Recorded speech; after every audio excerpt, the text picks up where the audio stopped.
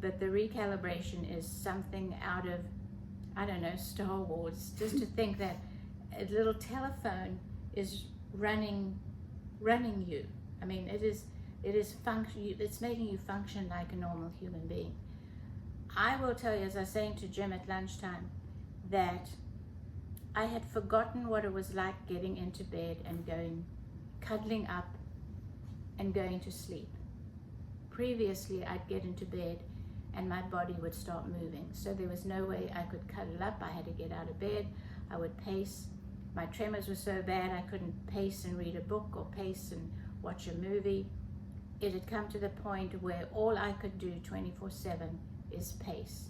And that takes away, the pacing takes away thinking about anything else, takes away organizing your life, it takes away paying bills, it takes away cutting an apple, it takes away setting the table, it takes away tying your shoelaces.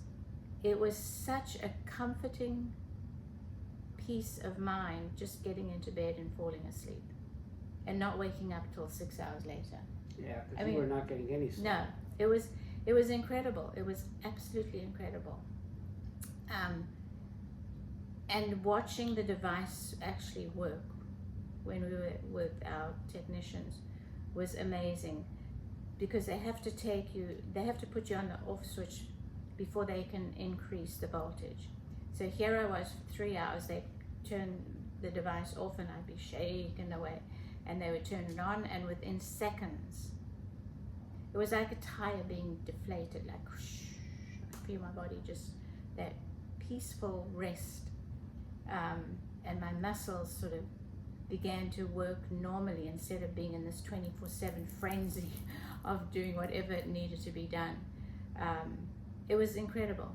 If anybody has any questions, please send them to me and I will absolutely answer them. Do you have any questions, Jim?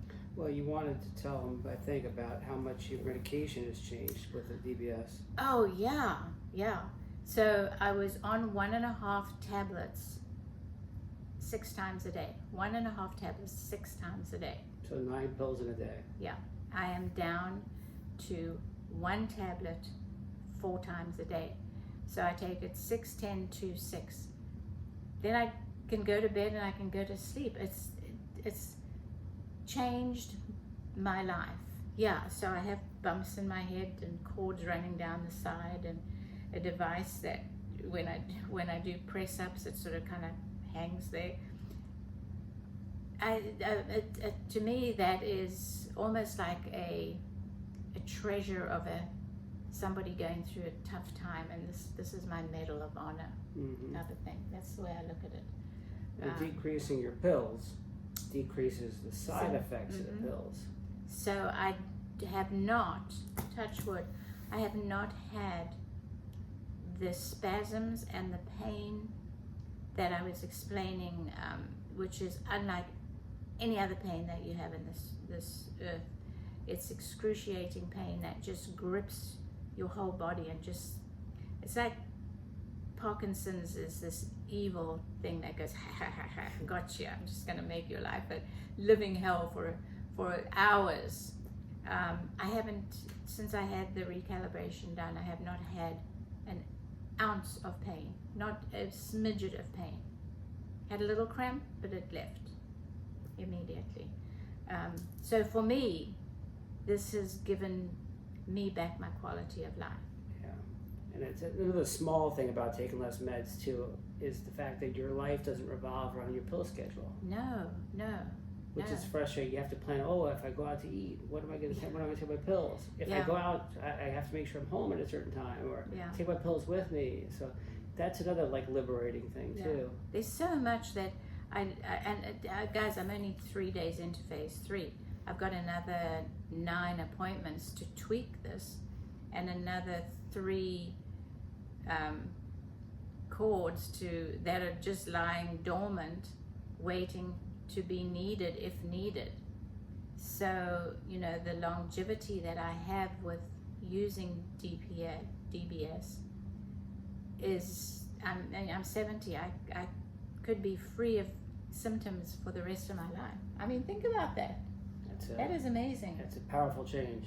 That is amazing. Yeah. it has humbled me to the point where I feel ashamed that I took things like reading a book, sitting still, for granted. Tying my shoelaces, I took for granted. Eating, I took for granted. Folding the laundry, I took for granted. Just living and saying to people, yeah, I'll join you for dinner this evening. You know, before it was like, oh, where am I with my meds? Where am I with the pain? Where am I with this? Is it going to kick in? What about anxiety? What about this? What about that? All those things you have to think about. Mm-hmm. And it's exhausting to think about all the time, too. Absolutely exhausting. I mean, touch wood, it's 10 to 2, thank you. It's 10 to 2. Previously, 4 days ago, I would not be able to be sitting here because 2 o'clock was when my medications. So I do have a dose that I take at 2 o'clock, but not a tremor, not a foot tap. It's almost a miracle. Yes. And shame on me for taking so many of the things that all I can say is try and live one day in the life of a person that has Parkinson's. Just try it. Even if you take 2 of their symptoms and say, okay, today I'm going to live with these 2 symptoms, you will be stark raving crazy by the end of the day. You don't realize what life is like when it's taken away from you. That's going to be my project, is telling somebody, just every so often add something on that you're unable to do and see what quality of life you have.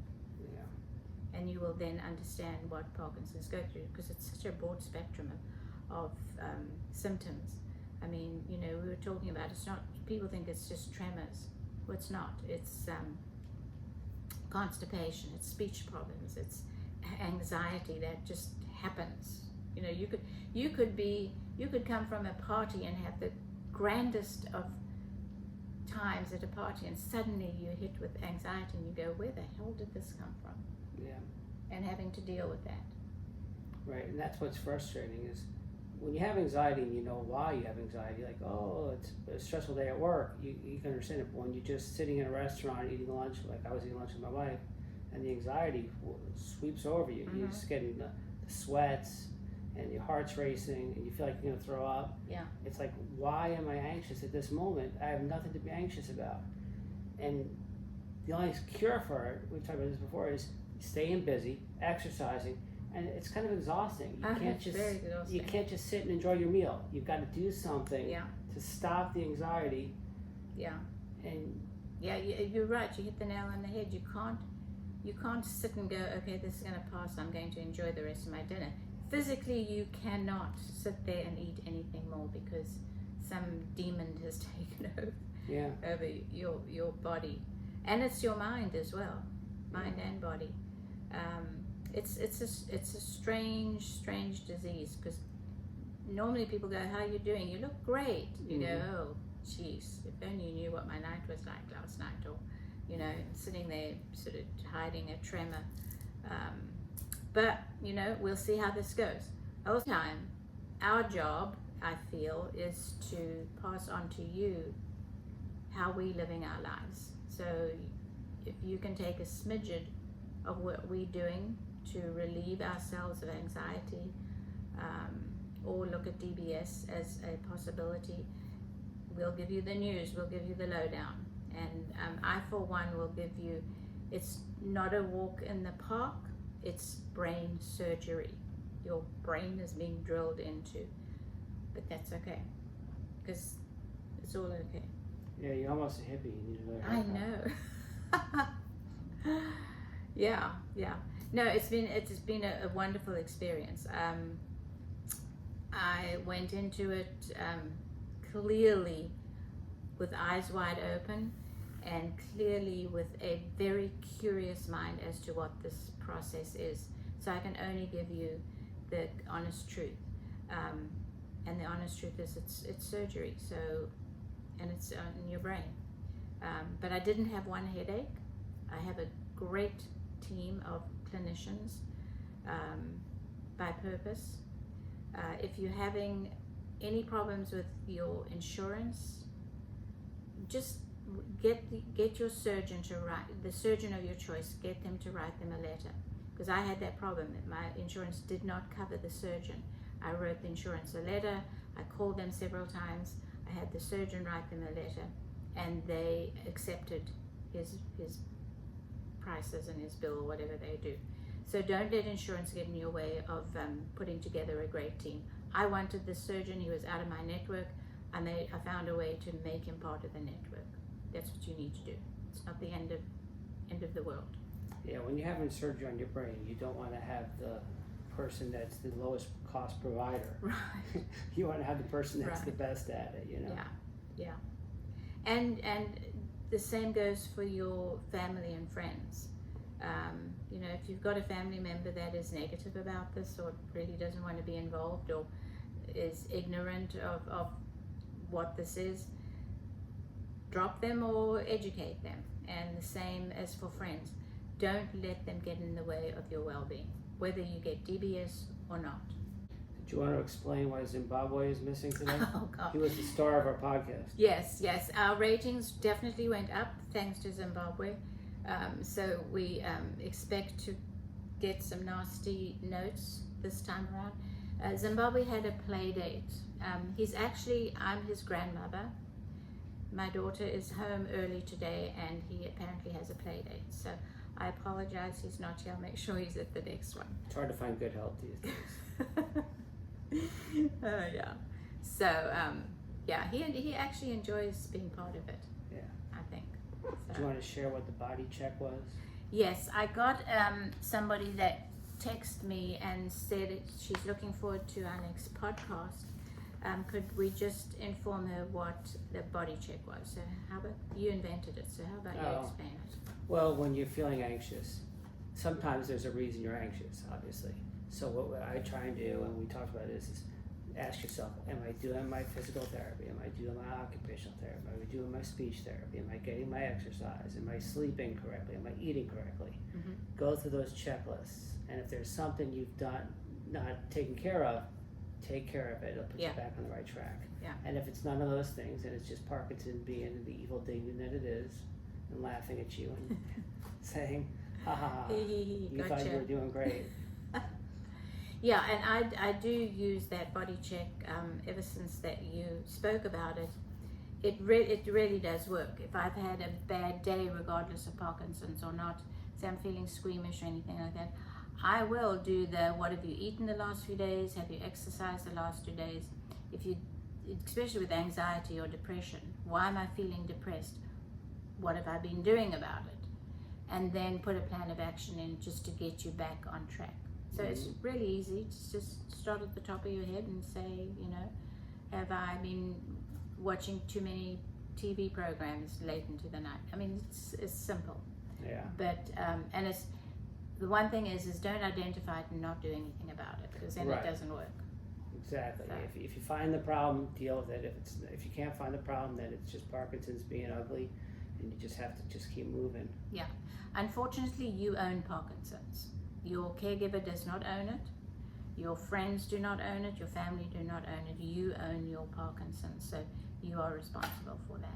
It sounds horrible, but that's the way it is. Mm-hmm. That's life with Parkinson's.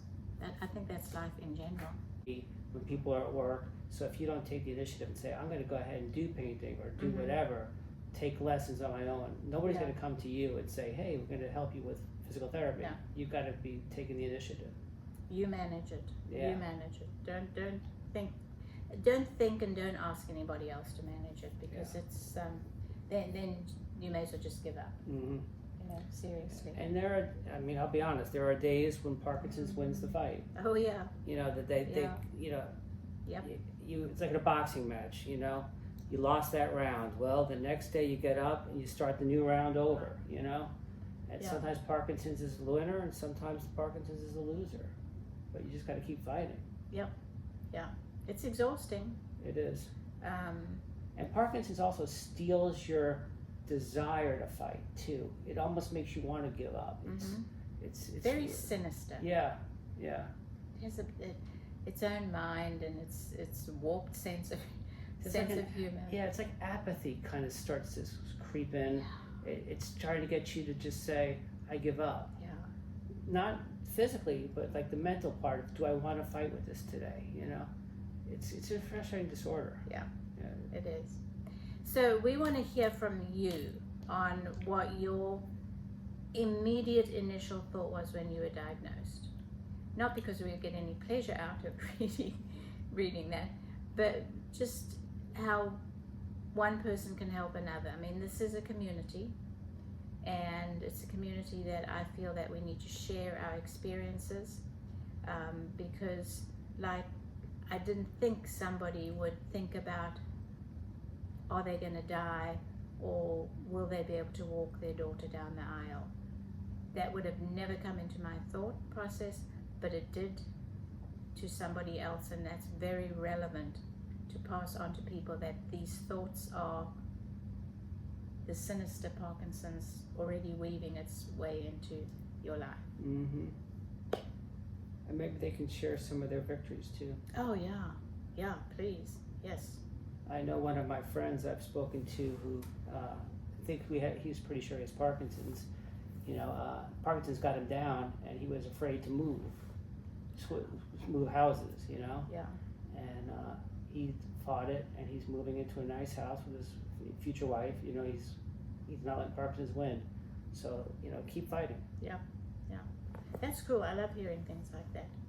So guys, probably I may update you once or twice more on the DBS progress that I'm making. But otherwise, it's working. I'm glad I did it. I'm doing really well. Knock wood. And it was an interesting ride. It was definitely an interesting April, that's for sure. So. And Zimbabwe will be back for the next podcast. I promise you. Okay, see you.